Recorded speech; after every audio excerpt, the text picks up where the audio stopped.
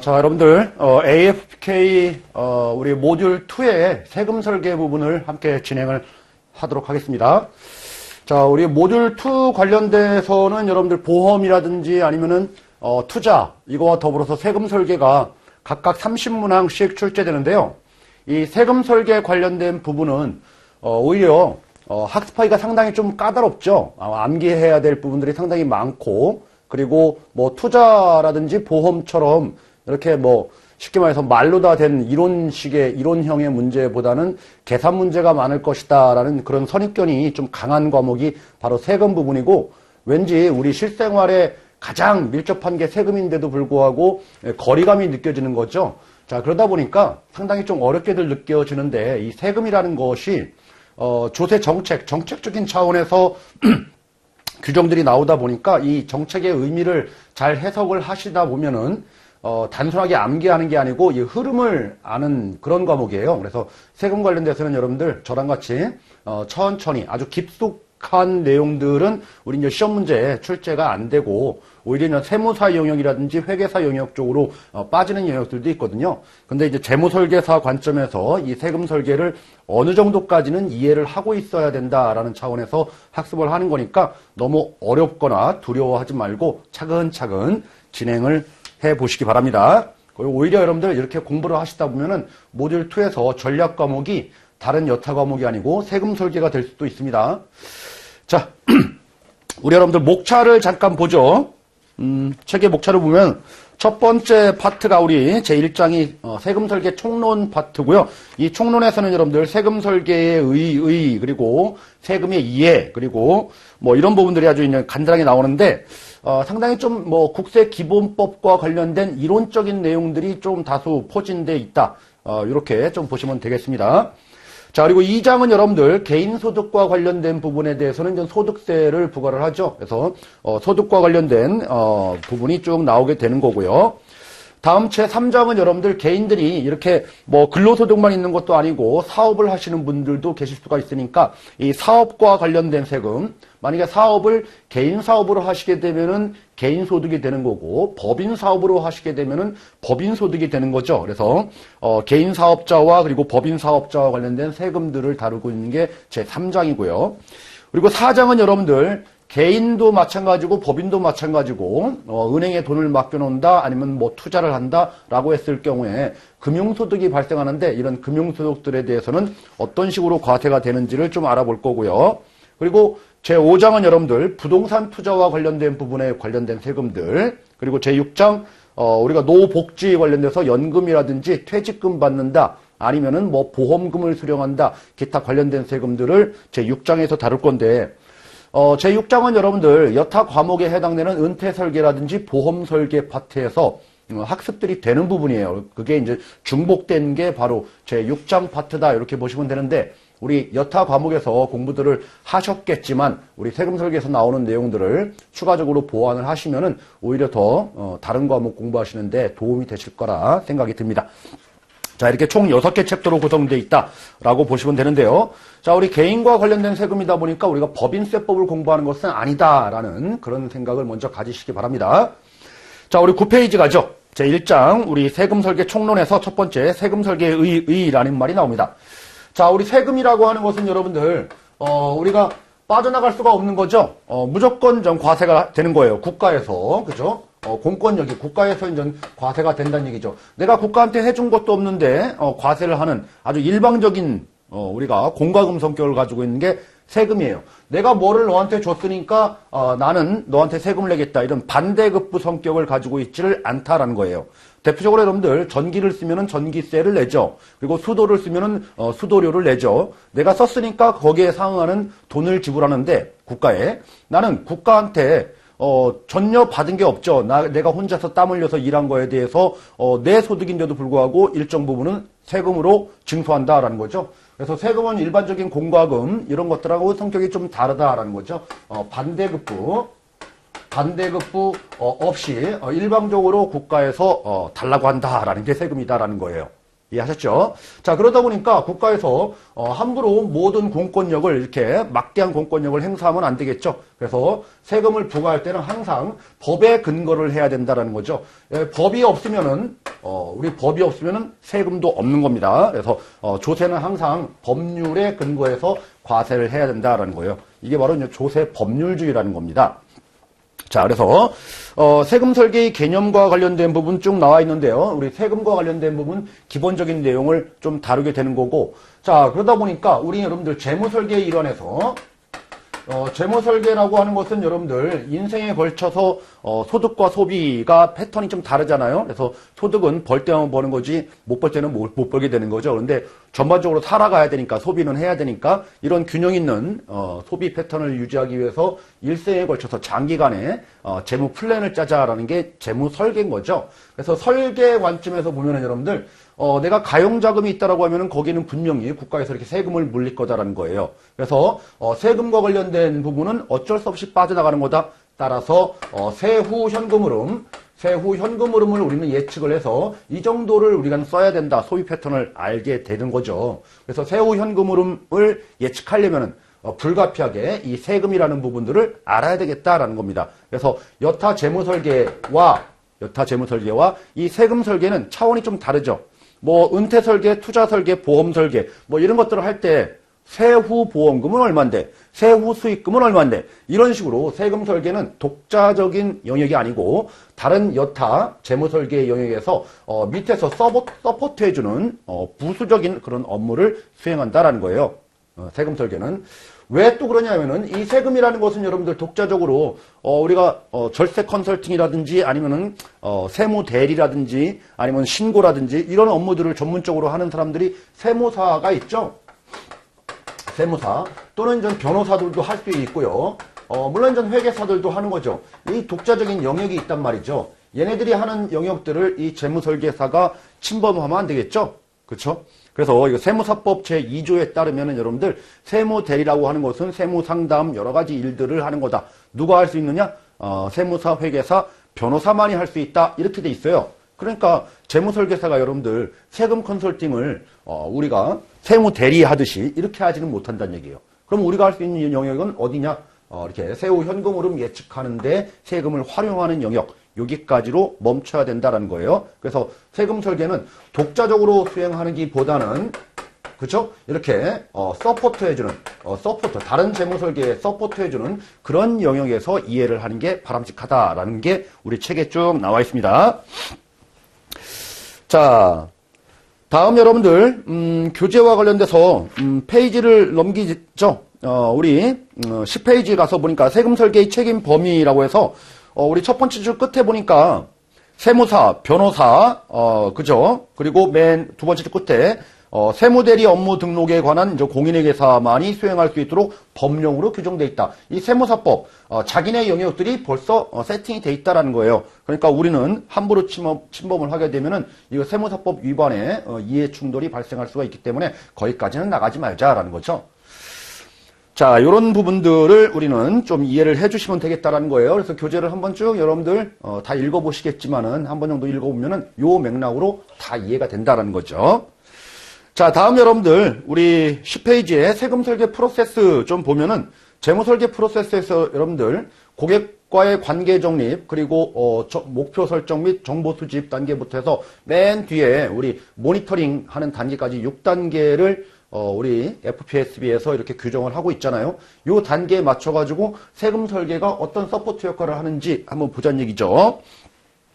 자, 고객과의 관계 정립은 여러분들 여타 재무 설계에서 다 하는 거니까, 뭐 세금 설계에서는 고객하고 만나서 세금을 우리가 독자적으로 지금 진행할 건 아니니까, 그죠? 고객과의 관계 정립은 그렇게 필요가 없고요. 그 다음에 이제 두 번째, 2단계에서 정보 수집과 관련돼서는 여러분들 정보들을 수집하죠. 그러면 세금과 관련된 정보들은 또 어떤 것들이 있느냐라는 거예요. 그래서 교재 여러분들 11페이지에 가번 정보 수집과 관련돼서는 여러분들 1번 정량적 정보 그리고 다음에도 나오겠죠. 정성적 정보. 이 세금과 관련된 우리 데이터화 할 수 있는 정량적 정보가 어떤 것들이 있느냐라는 거죠. 자, 1번 보니까 과거 납세 내역에 관한 정보. 예전에 작년도에 내 소득세가 200만 원 냈다. 이런 정보들 정량적 정보다라는 거예요. 자, 2번 보유하고 있는 자산 및 부채의 세금 관련된 특성 확인이라는 거죠. 내가 지금 가지고 있는 은행 예금이 원천징수세율이 몇 프로이고 내가 지금 보유하고 있는 부동산에 대해서 작년도에 세금은 냈는지 재산세는 냈는지 뭐 이런 부분들과 관련된 데이터들. 자, 3번 현재와 미래의 세금 부담 관련된 정보를 파악한다. 그렇죠? 당연히 이제 정성적 정보 아니고 정량적 정보에 해당되는 거예요. 자, 4번 고객의 세금에 영향을 미치는 요인을 파악한다라는 거죠. 예를 들어서 고객이 이제 부모님이 살아계시는데 부모님이 금융재산 뭐 10억 원을 증여를 했다라고 하면은 본인한테 미치는 파급 효과 세금에 대해서 이런 것들은 다 데이터화할 수 있다라는 겁니다. 자, 다음 페이지 넘기셔가지고 여러분들 12페이지 정성적 정보. 이거는 정성적 정보라고 하는 것은 뭐 써서 이렇게 데이터로 남기는 게 아니고 고객하고 상담을 통해서 우리가 확인할 수 있는 사항들인 거죠. 고객의 태도라든지 세금이 너무 어려워요. 그죠? 뭐 이런 것들이죠. 자, 1번 보니까 세금에 대한 고객의 태도를 파악한다. 자, 2번 세금에 대한 고객의 이해 수준을 확인한다. 요즘 여러분들 세금에 대해서 일반 고객들이 너무나 잘 알고 계십니다. 그런데 모르시는 분들도 상당히 많다는 얘기죠. 자, 그래서 고객이 너무 잘 알고 있는 분야에 대해서 내가 세금과 관련된 얘기했다가는 오히려 세무사도 아닌데 요거도 먹을 수도 있는 거죠. 그렇죠? 뭐 이런 부분들 고객이 어느 정도 세금에 대해서 이해를 하고 있는지 그리고 세금과 관련된 부분에 대해서는 여러분들 전문적인 세법에서 쓰는 용어들이 좀 많이 나와요. 이런 용어들을 함부로 이렇게 얘기했다가는 또 고객이 또 거부감이 생길 수도 있는 거잖아요. 자, 이런 부분들은 고객하고 상담을 통해서 충분히 눈치를 챌 수 있다는 얘기죠. 자, 이게 바로 정성적 정보에 해당된다라는 겁니다. 자, 그러면 우리 뭐 시험 문제와 관련돼서는 여러분들 나올 만한 게 정해져 있네요.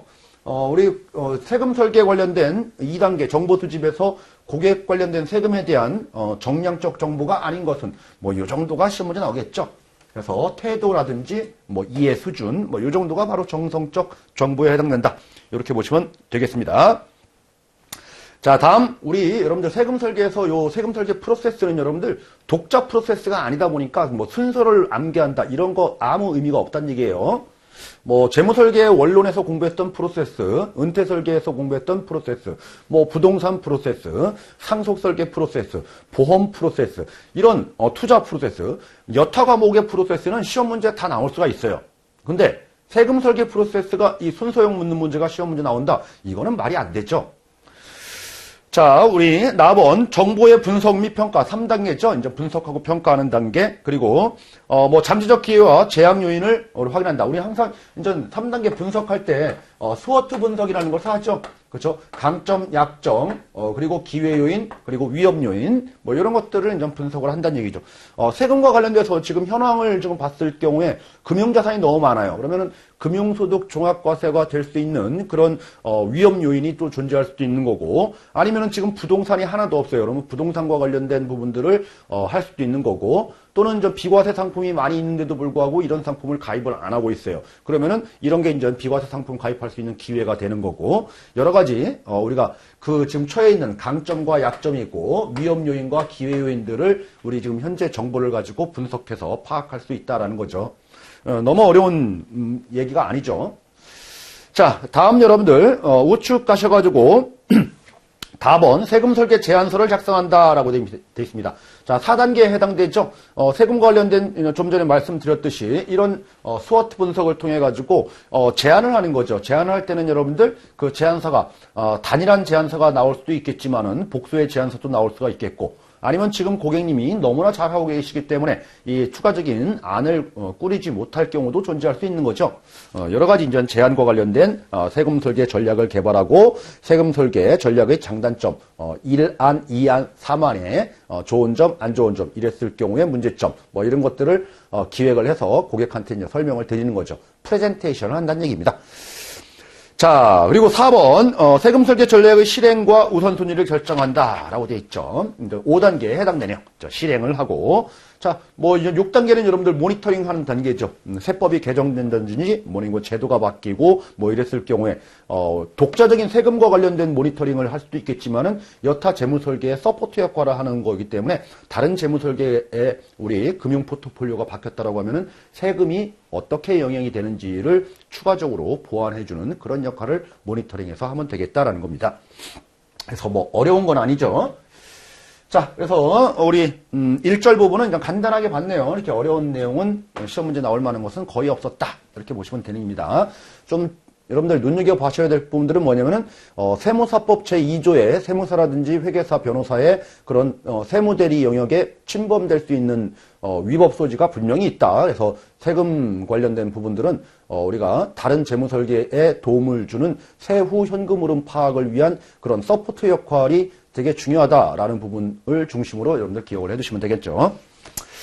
자, 우리 15페이지 여러분들 제2절 세금의 이해 보도록 하겠습니다. 자, 좀 전에 좀 말씀드렸듯이 여러분들 그 가본 보니까 세금에 의해서 세금이라고 하는 것은 국가 또는 지방자치단체의 재정지출 충당을 위해서 세법에 따라서 세법이에요. 자, 항상 법률이 있다는 얘기죠. 이 법률에 근거를 안 두면은 과세를 못 합니다. 왜냐면은 일방적인 공권력이기 때문에 그런 거죠. 그리고 개별적인 반대급부 없이 국민으로부터 부과 징수하는 공과금의 일종이다. 뭐예요? 그냥 일방적인 것이다라는 거죠. 일방적인 것. 세금이라는 것은 어디에 쓰려고요? 국가 재정을 위해서. 또는 지방세 같은 경우는 지자체의 재정을 위해서, 재정 충당을 위해서 우리가 부과하는 게 바로 세금이다라는 거예요. 반대급부 있다 없다? 없다라는 거. 자, 1번 여러분들 재정지출 충당을 목적으로 한다라는 거죠. 국가 재정을 목적으로, 지자체 재정을 목적으로 세금은 부과된다. 자, 그렇기 때문에 공권력이기 때문에 여러분들 2번에 조세는 항상 법률에 규정을 둬야 된다. 그래서 국가 또는 지방자치단체가 일방적으로 징수하는 것이 아니라 과세 요건 등을 법률로 제정하고 그에 따라 부과한다라는 거죠. 그래서 조세 법률주의 이렇게 얘기합니다. 항상 법이 있어야 된다라는 거예요. 자, 다음 페이지 넘어가도록 하겠습니다, 여러분들. 자, 3번 개별적인 반대급부가 없다라고 좀 전에 설명드렸죠. 이게 바로 세금의 의의인 거예요. 정의. 상당히 무서운 거죠. 자, 그러면 이런 세금들이 여러분들 어떻게 있느냐라는 거죠. 국가가 징수하면 우리는 국세라고 하고요. 지자체가 징수하면 우리는 지방세 이렇게 얘기합니다.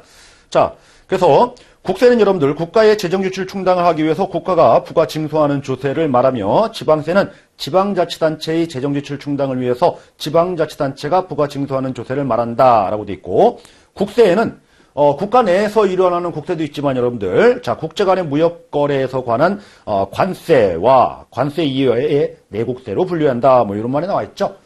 자 그러면 여러분들 국가가 징수한다 국세, 지자체가 징수한다 지방세.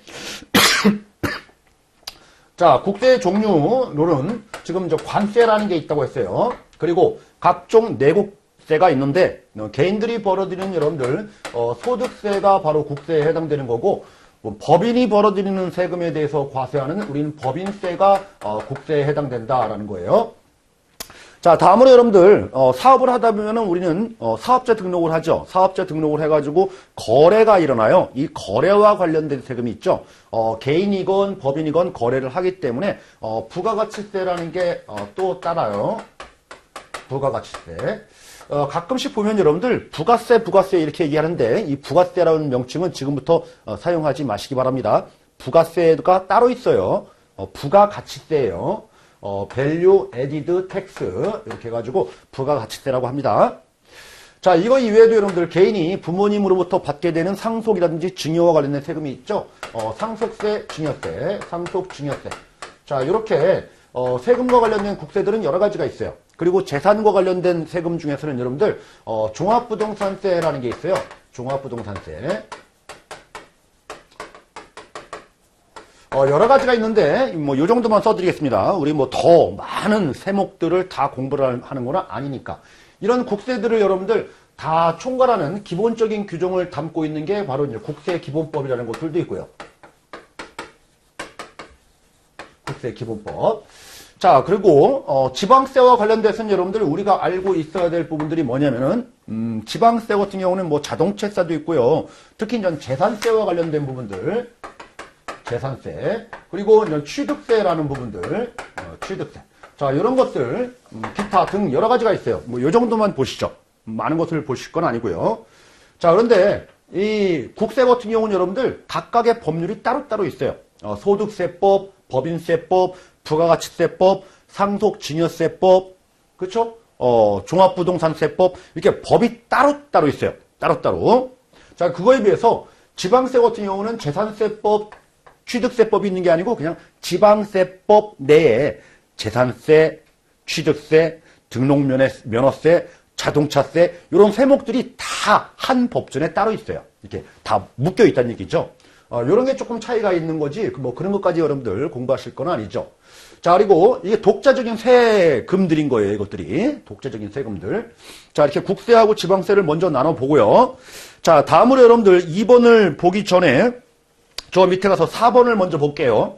자, 독립세와 부가세라는 게 있어요. 독립세를 여러분들 본세라고 하는데 본세. 자, 개인이 벌어들인 소득에 대해서 소득세를 낸다. 이건 독자적인 세금이에요.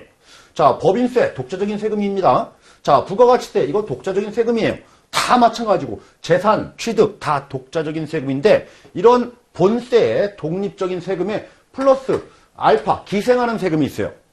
우리 플러스 베타 뭐 이런 식으로 예를 들어서 소득세를 100만 원 낸다라고 하면은 거기에 10% 또는 20%에 해당하는 금액을 추가적으로 더 내라. 뭐 이렇게 얘기하는 거죠. 이게 바로 곁다리로 붙는다라고 해서 부가세 이렇게 얘기합니다. 부가세. 부가세. 자, 대표적인 국세에 해당되는 부가세에는 뭐가 있냐면 여러분들 농어촌 특별세라는 게 있어요. 특별세. 그리고 지방세 대표적으로 부과되는 것은 여러분들 지방교육세라는 게 있어요. 교육세. 자, 그리고 또 하나 지방세에 또 붙는 특이한 우리 부가세에 해당되는 것은 지방소득세라는 게 있어요. 지방소득세. 자, 뭐냐면은 개인이 여러분들 벌어들여요. 1년 동안 100만 원의 세금을 내야 되는데 소득세로 거기에 10%에 해당되는 10만 원을 지방소득세로 소득에 또 지방소득세가 또 10%또 붙어요. 뭐 이런 식으로 이런 얘기 많이 들을 거예요. 내가 이자에 대해서 14% 이자 소득세를 내는데 우리 이런 얘기 많이 하죠. 15.4% 우리 이자 소득세 낸다고요. 이 말은 뭐냐면은 원래 이자에 해당되는 소득은 그냥 소득세에서 냈는데 여기에 지방자치단체에도 조금 줘야 된다라는 거죠. 여기에 10%에 해당되는 거. 곱하기 10% 하니까 1.4% 되죠. 그래서 두 개가 결합돼가지고 15.4%를 우리는 부담하게 돼 있는 거예요. 그러니까 국세만 부담하는 게 아니고 지방소득세에 해당되는 부분도 함께 곁다리로 부담한다. 자, 이런 것들이 바로 부가세다라는 거죠. 자, 앞쪽에서 얘기했던 게 바로 독립세다라는 거예요. 우리 종합부동산세의 일정 부분이 또 부과되는 게 있어요. 20%에 해당되는 게. 이게 바로 이제 농어촌 특별세라는 게 이제 20% 부과되고, 그리고 요 재산세와 관련된 부분에 대해서도 또 20% 부과되는 또 부가세가 또 있어요. 이게 바로 이제 지방교육세라는 게 이제 또 부과됩니다. 뒤쪽에서 여러분들 부동산 관련된 세금 공부를 하시다 보면은 이 앞쪽에서 공부했던 지금 딱딱한 부분을 조금 더 이해를 하기 쉬운 부분으로 아마 넘어가실 거예요. 근데 큰 틀을 먼저 좀 잡자라는 차원에서 하는 거지 다 외우자라는 것은 아니니까 여러분들 좀 잘 첫 시간부터 너무 딱딱하다고 여기서는 내가 갈 길이 아니다라고 해서 포기하지 마시고 잘 따라와 주시기 바랍니다. 자, 그래서 4번 독립세와 부가세와 관련돼서 여러분들 독립세라고 하는 것은 조세가 아닌 과세 물건에 대해서 부가 징수하는 조세를 말한다라고 돼 있고요. 조세가 아닌 곳. 그러니까 쉽게 말해서 이건 세금에 또 곁다리로 붙는 거, 조세에 붙는 거. 이게 부가세라고요. 그러면 소득은 뭐예요? 세금에 붙는 게 아니고 내 소득에 붙는 거잖아요. 그래서 본세 이렇게 얘기합니다. 자, 부가세는 다른 조세를 과세 표준화해서 부가 징수하는 조세를 말한다. 자, 부가세는 결국 다른 세목의 세액을 과세 표준화하는데, 자, 뭐 쭉 나와 있는데 뭐 거기까지는 보실 필요 없고, 자, 오른쪽 페이지 가서 보죠, 여러분들. 자, 우리서 첫 번째 줄 중간에 보니까 대표적인 부가세로는 취득세 및 종합부동산세에 부과되는 농어촌 특별세, 뭐 지방교육세, 뭐 이런 것들이 있다라고 돼 있죠. 자, 이런 것들 뒤에서 따로 또 공부를 할 거니까 여러분들 국세에 해당되는 부가세는 농특세, 그리고 지방세에 해당되는 부가세는 지방자가 다 붙었죠. 이렇게 지방교육세, 지방소득세 뭐 이런 게 있다라는 거 좀 봐두시기 바라고요. 자, 다시 왼쪽으로 오셔가지고 여러분들 우리 두 번째 직접세와 간접세라는 게 있어요. 직접세라는 것은 내가 돈을 벌었어요. 벌이가 있어요. 소득이 있다는 얘기죠. 그러면은 누가 세금을 내야 될까요? 내가 세금을 내요. 내가 세금을 내요. 지금 뭐예요? 내가 부담했다는 얘기죠. 납세 의무도 내가 진다는 얘기죠. 이걸 가지고 우리는 직접세 이렇게 합니다. 자, 내가 납세 의무도 있고요. 그리고 내가 다 부담하는 거죠. 담세자다 이렇게 얘기를 하는 거예요. 이자가 이제 같으면은 이렇게 직접세 이렇게 얘기합니다. 자, 그런데 이제 간접세라는 게 있어요. 간접세. 내가 이제 슈퍼에 가서 여러분들 슈퍼에 가서 내가 물건을 삽니다. 1,000원. 그런데 여러분들 거래와 관련돼서는 10%의 부가세가 붙어요. 1,100원을 냈죠. 그러면 슈퍼마켓 사장님이 1,100원을 받아서 그렇죠? 이걸 가지고 요 100원에 해당되는 부분들을 세금으로 부가가치세를 신고납부하도록 되어 있는 거예요. 자, 그러면 결국 누가 내는 거예요? 슈퍼마켓 사장님이. 이 사람이 납세 의무자가 되는 거죠. 근데 결국 이 돈은 누가 부담했어요? 내가 부담했죠. 내가 담세자가 됐단 말이에요. 그렇죠? 그러니까 납세 의무자하고 담세자가 이렇게 다른 유형이 바로 간접세에 해당된다라는 거죠. 이 간접세는 우리가 유통되다 보니까 그런 거예요. 거래가 되다 보니까. 그래서 간접세의 대표적으로는 거래와 관련된 우리는 부가세가 아니고 부가가치세가 바로 여기에 해당된다라는 거죠. 뒤쪽에서 또 공부도 하겠지만 여러분들 증권거래세라는 게 있습니다. 우리가 주식을 사고 팔게 되면은 그쵸? 거래를 하잖아요. 이 거래할 때 세금이 붙어요. 그게 바로 이제 증권거래세라고 하는 거죠. 누가 부담을 해야 될까요? 투자자인 내가 부담을 해야 돼요. 근데 누가 낼까요, 이거를? 근데 여러분들 주식 투자해 보신 분들은 아시겠지만은 증권사 계좌를 통해서 거래가 되고 있죠. 거기에서 증권거래세가 원천징수돼서 증권회사, 금융기관이 대신 내도록 되어 있는 거죠. 이런 식의 간접세 형태를 우리는 거래와 관련된 세금이다 이렇게 얘기를 하시면 되겠다라는 거예요. 자, 다음 여러분들 보통세하고 목적세라는 거 있는데 여기 우리 간접세의 대표적인 거 여러분들 맨 마지막 줄에 대표적인 간접세는 부가가치세가 있다 이런 말 나와 있죠. 자, 부가가치세 거기 옆에다가 요 증권거래세도 간접세다 이렇게도 써두시기 바랍니다. 자, 거래자가 붙으면 부가가치는 당연히 거래 세금이라는 거 여러분들 우리가 실생활에서 다 겪고 있는 거니까 알고 있겠죠. 그리고 증권거래세 이게 바로 간접세고 나머지는 다 직접세다. 자, 그리고 보통세라는 게 있고 여러분들 목적세라는 게 있습니다. 보통세라는 게 있고 목적세. 자, 우리 세금이라고 하는 것은 여러분들 국가 또는 지방자치단체의 재정 충당을 위해서 얘네들의 재정 공무원 월급 주려고 쉽게 말해서 이러려고 지금 걷어들이는 게 바로 세금이다라는 거죠. 근데 이런 재정 지출 이외에 특정한 목적이 있다라고 하면은 우리가 세금을 붙일 때 그 이름을 명칭을 할 거예요, 분명히. 자, 이런 일반적인 세금들을 우리는 일반세 이렇게 얘기를 합니다. 보통세. 자, 그렇지만은 특정한 목적이 있다라고 하면은 목적세 이렇게 얘기합니다. 자, 그러면은 지금 우리 써드린 것 중에서 여러분들 목적이 있는 게 어디 보이나요? 보이세요? 자, 교육을 위해서, 그렇죠? 아니면 농어촌을 위해서 이런 뭐 특정한 말들이 있죠. 특정한 말들. 그러게 바로 이제 목적, 타겟이 있다는 얘기입니다. 자, 그러면은 자, 일반적인 경우는 다 보통세라고 하는데 여러분들 두 번째 줄 끝에 보니까 국세에서 목적세는 교육세라는 게 있고 교통, 에너지, 환경세라는 게 있고 그리고 농어촌 특별세가 있다라고 돼 있죠. 자, 국세에서 이거 이외에도 여러분들 우리가 교육을 위해서 교육세 그리고 여러 가지 교통, 에너지, 환경세 환경세 자, 환경을 위해서 자, 이런 세금들을 우리가 걷어간다는 얘기죠. 국세에서 국가에서. 자, 다음은 여러분들 지방세에서 목적세는 지역자원시설세, 지방교육세가 있다라는 거죠. 우리 여러분들 지방세 중에서는 각종 시설을 위해서 세금을 붙인다. 그죠? 지역자원시설세. 이런 뭐를 위하여라는 목적이 있잖아요. 교육을 위해서, 농어촌을 위해서, 시설을 위해서. 그죠? 자, 그러면은 이렇게 좀 써드린 이유는 여러분들 이렇게도 시험 문제 나오면은 여러분들 푸실 줄 아셔야 된다는 얘기예요. 국세에 해당되면서 부가세에 해당되면서 목적세에 해당되는 세목은 뭐냐? 동시에 충동하는 거. 그죠? 농어촌 특별세다라는 거죠. 이해되셨나요? 뭔지? 그래서 상당히 좀 깊이 있는 문제로 출제를 할 경우에는 이런 지문들이 지문으로 들어갈 수가 있습니다. 그래서 우리가 세금들을 분류할 때는 여러 가지 우리가 많은 세목들을 다 본 건 아니고 이 정도 범주는 여러분들 알고는 계시자라는 차원에서 지금 설명을 드린 거예요. 자, 오른쪽 가셔가지고 여러분들, 자, 5번 조세의 체계에서 국세와 지방세의 체계 구성은 아래 표와 같다라고 해서 국세 같은 경우에는 내국세, 자, 보통세 같은 경우는 일반적인 세금들 많이 들어왔던 것들이다. 근데 이제 목적세는 뭐뭐를 위해서라는 말이 붙는다. 자, 교통에너지 환경세, 그리고 교육세, 그리고 농어촌 특별세. 이런 교육세가 그냥 교육세면은 국세지만은 지방자가 앞에 붙어버리면은 지방교육세는 이제 지방세의 목적세가 된다. 그죠? 자, 여기서 여러분들 거기 목적세에 해당되는 것들 중에서 부가세만 동그라미 한번 쳐보시죠. 부가세.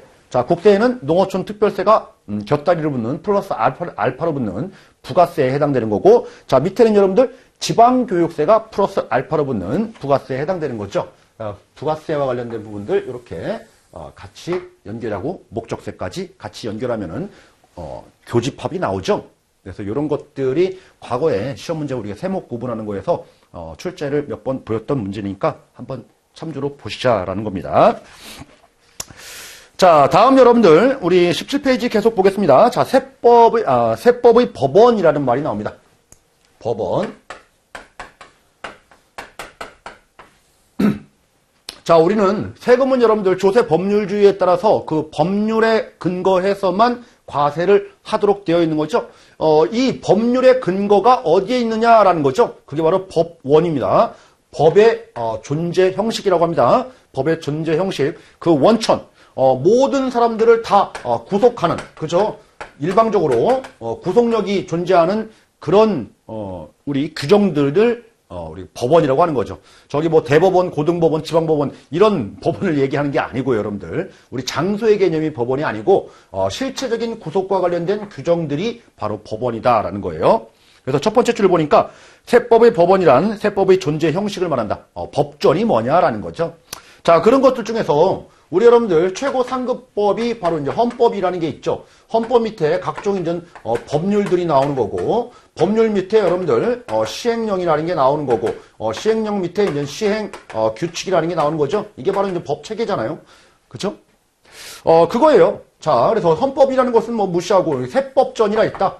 소득세법, 법인세법, 지방세법 이게 바로 이제 법률이죠. 법률. 그 세법. 그래서 첫 번째 줄 조세 법률주의에 따라서 납세 의무, 세목, 세율, 과세 요건을 정하는 세법은 가장 기본적인 법원이다라는 거죠. 그렇죠? 거기서 여러분들 과세 요건이라고 해가지고 누가 내느냐? 자, 세목 그리고 세율 뭐 이런 것들이 과세 요건이라는 거예요. 자, 뒤쪽에서 또 보시겠지만 체크 정도만 해주시기 바라고요. 자, 세 번째 줄에 뭐 이런 말이 나옵니다. 자, 공통적인 사항을 규정하고 있는 것은 국세기본법, 뭐 국세징수법, 조세범 처벌법, 처벌절차법을 제정한다. 뭐 이런 말도 나와 있죠. 다 법률들을 하고 있는 거예요. 외우자라는 거 아닙니다, 여러분들. 자, 이런 법률들이 있는가 하면은 자, 다음 페이지 넘어가서 볼게요.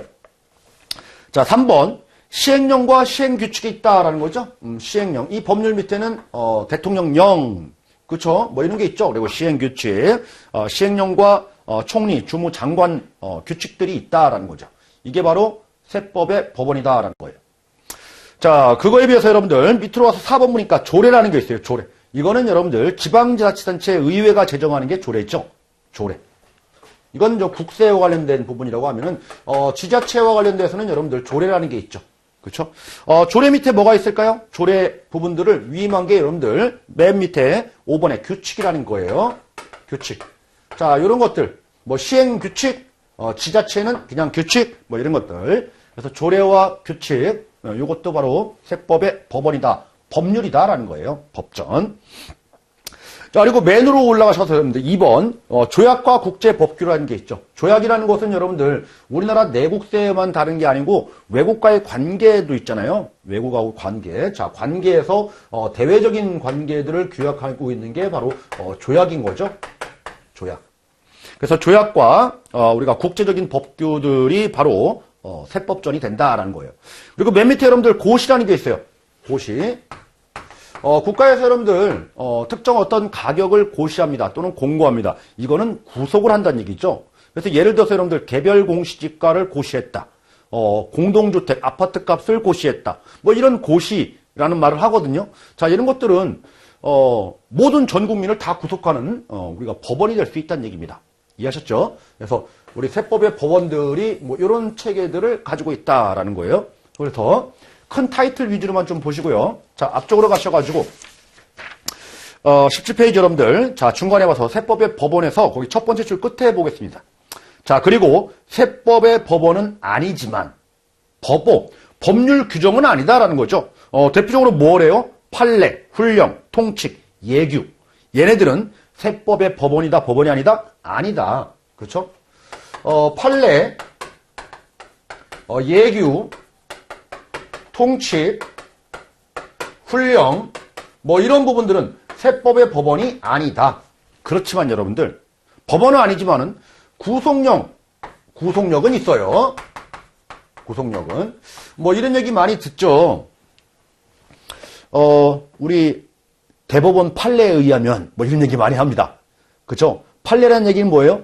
법의 해석에 다툼이 있기 때문에 법원에서 판사님이 이제 판결을 한 그 예가 판례인 거죠. 자, 그런 것들은 법원의 해석을 법원에선 이렇게 판단했다라는 가이드라인을 제시하는 거죠. 자, 그런데 이 판례가 뭐 천년만년 그대로 뭐 지켜집니까? 판례가 또 바뀔 수도 있죠. 뭐 A라는 손을 들었다가 다음 판례에서는 B라는 편의 손이 우리 뭐 정치, 경제 뭐 이런 것들 사회 환경상으로 여론이라든지 이런 것들 상황 시대 흐름에 따라서는 이런 가치관이 바뀔 수가 있는 거잖아요. 자, 이처럼 여러분들 판례는 바뀔 수도 있는 겁니다. 그렇죠? 그러니까 무작정 법원으로 보기는 어렵다. 그렇지만 먼저 선례들은 그 후에 사건들에 대해서 가이드라인은 된다. 구속력은 있는 거다라는 거예요. 그렇지만 뭐다? 법원은 아니다라는 거죠. 자, 이게 대표적으로 여러분들 판례, 예규, 그죠? 예를 들어서 우리 하는 것들, 통칙, 훈령, 뭐 이런 것들이다라는 거죠.